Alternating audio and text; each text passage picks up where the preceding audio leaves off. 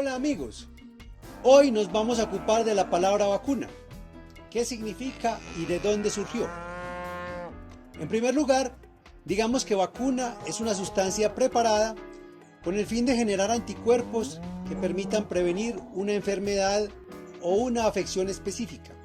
Esa sustancia se prepara a partir de unos agentes patógenos.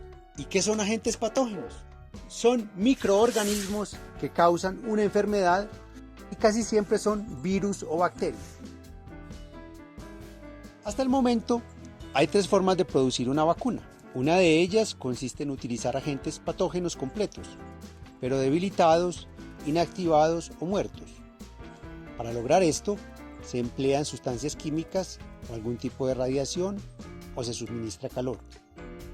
Otra posibilidad es aprovechar partes de ese virus o bacteria. Y la tercera forma es utilizar productos o derivados del material genético del virus o bacteria. En la actualidad, la mayoría de las vacunas se aplican por medio de una inyección, aunque también hay algunas que se suministran de manera oral o nasal. ¿Cómo funciona una vacuna? Como ya vimos, en una vacuna uno recibe un agente patógeno, debilitado, inactivado o muerto. Esa primera vez que el patógeno llega al cuerpo, se produce una inmunidad primaria, porque nuestro sistema inmunitario lo identifica y genera unas células llamadas células de memoria.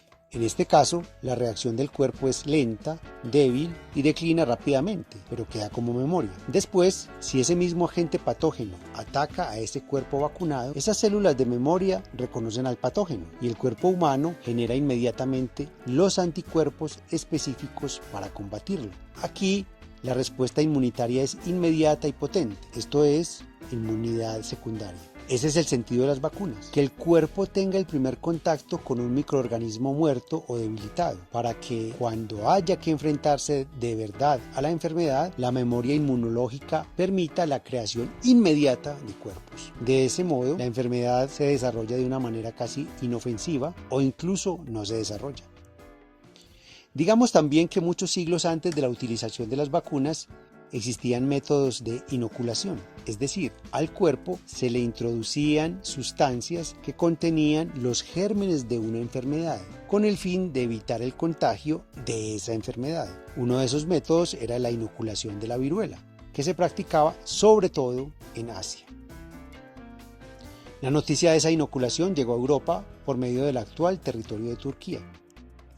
En 1714, la Real Sociedad de Londres recibió y publicó dos textos en los cuales se comentaba de manera detallada la práctica que se realizaba en Turquía desde hacía mucho tiempo. Los autores eran Emanuel Timonis y Jacopo Pilarino, dos médicos que vivieron allí algún tiempo.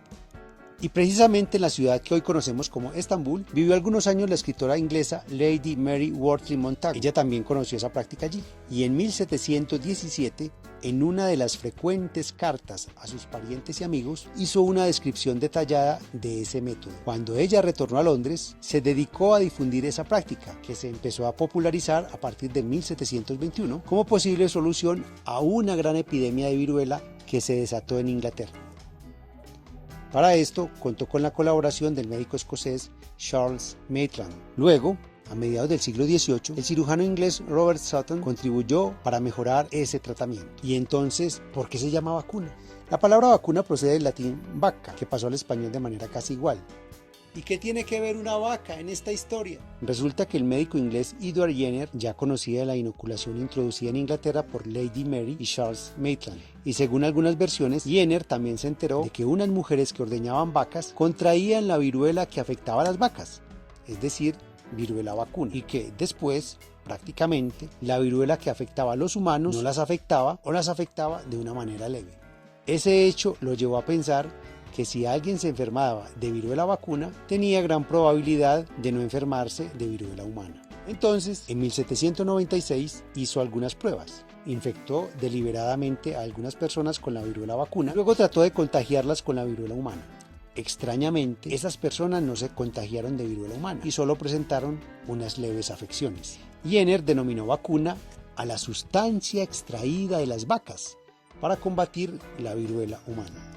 Unos años después, en 1800, el cirujano Richard Dunning llamó vacunación al procedimiento. y el término se expandió para procedimientos similares, aunque se tratara de otras enfermedades. Por ejemplo, Louis Pasteur, con sus experimentos, fue uno de los científicos que contribuyeron a esta generalización.